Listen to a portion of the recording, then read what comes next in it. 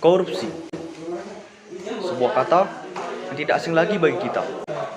Tapi, apa itu korupsi? Senjata pembunuh, sampah, tikus, rakus.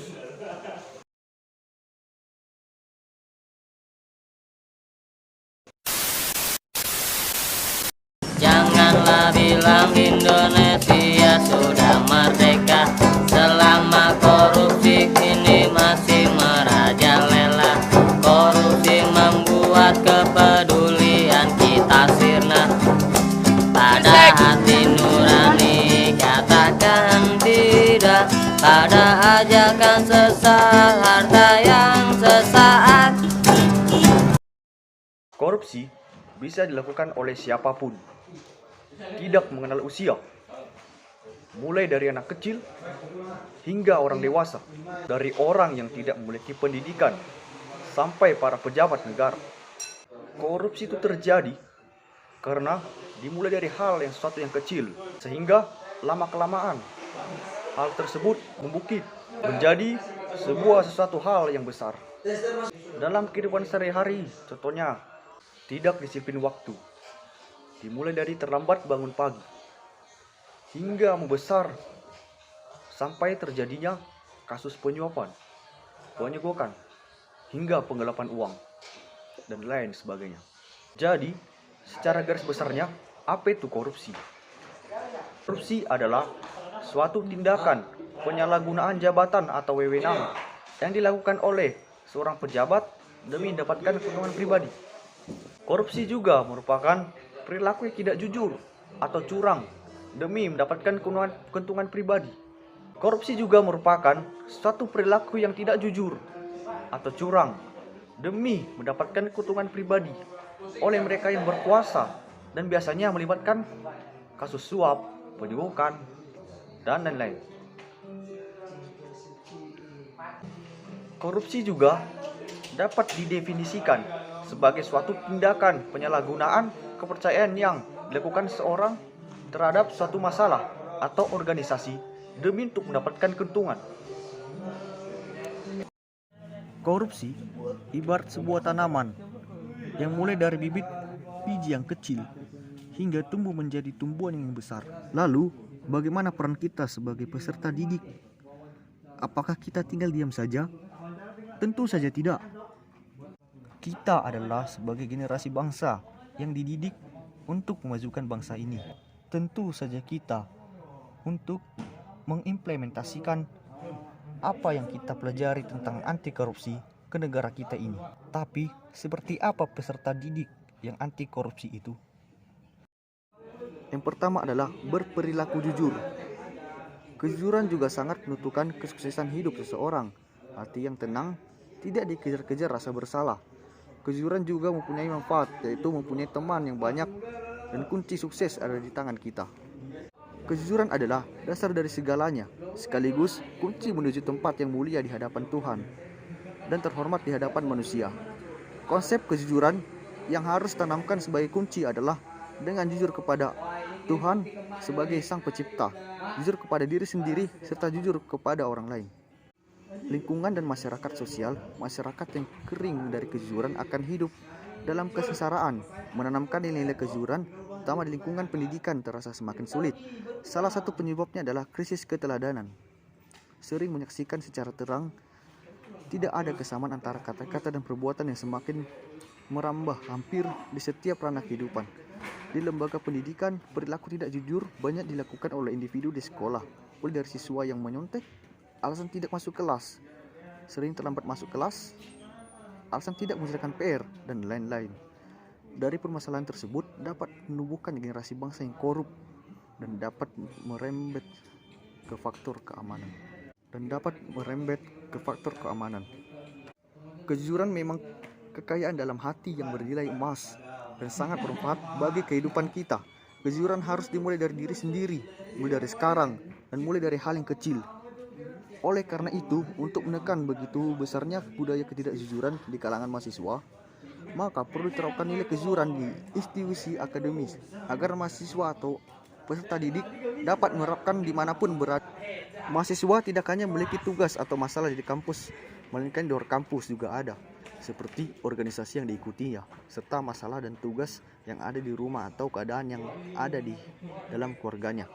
Maka dari itu, sangat penting yang memiliki sikap disiplin serta tanggung jawab yang besar dalam menghadapi masalah-masalah yang ada atau yang dialaminya. Apalagi kesibukan di dalam organisasi sangat berpengaruh kepada prestasinya. Oleh karena itu, seorang mahasiswa harus memiliki sikap disiplin dan tanggung jawab yang tinggi agar lebih cepat dalam menyelesaikan segala tugas serta masalah yang sedang dihadapinya.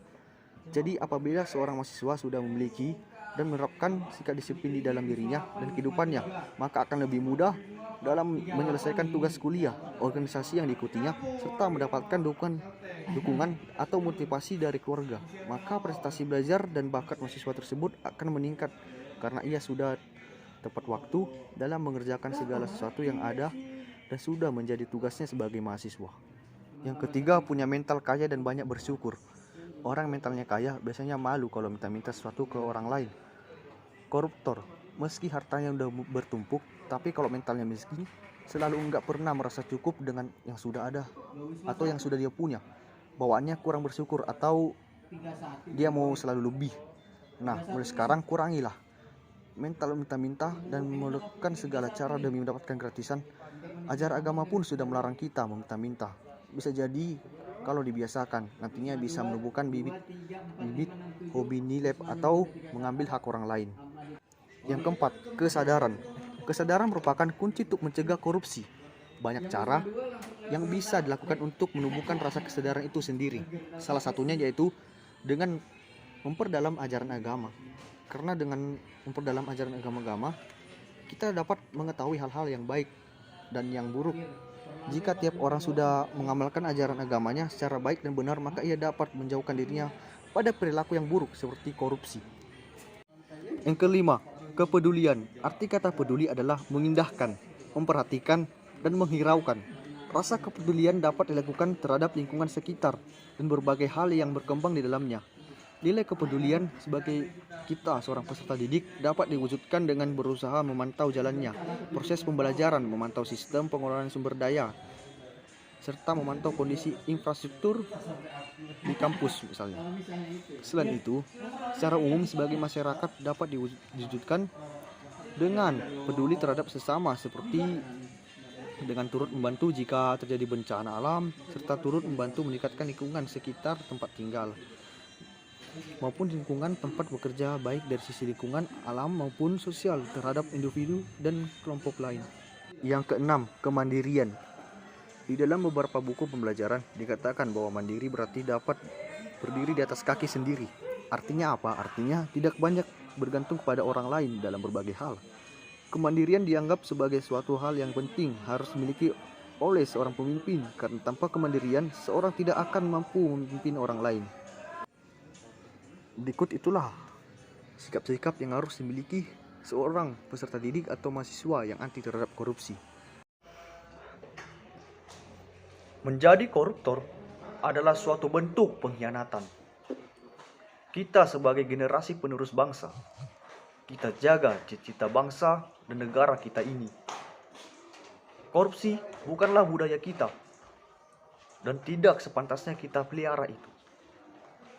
Kita adalah generasi penerus bangsa. Jangan jadikan dirimu menjadi bagian tradisi lingkaran setan itu. Wahai teman-temanku, para peserta didik, kita adalah ujung tombak negara ini, yang satu saat menjadi pemimpin di negara ini. Di pundak pemimpin yang bebas korupsi, disitulah masa depan negeri ini. Anda tidak perlu mengangkat senjata dan membunuh orang seperti zaman perjuangan dulu. Cukup, jangan korupsi. Itu saja sudah cukup menolong negara kita ini. Koruptor mungkin pintar secara akademis, namun sangat bodoh dari sisi religius. Mari kembali kepada ajaran agama masing-masing agar korupsi musnah dari bumi Indonesia ini.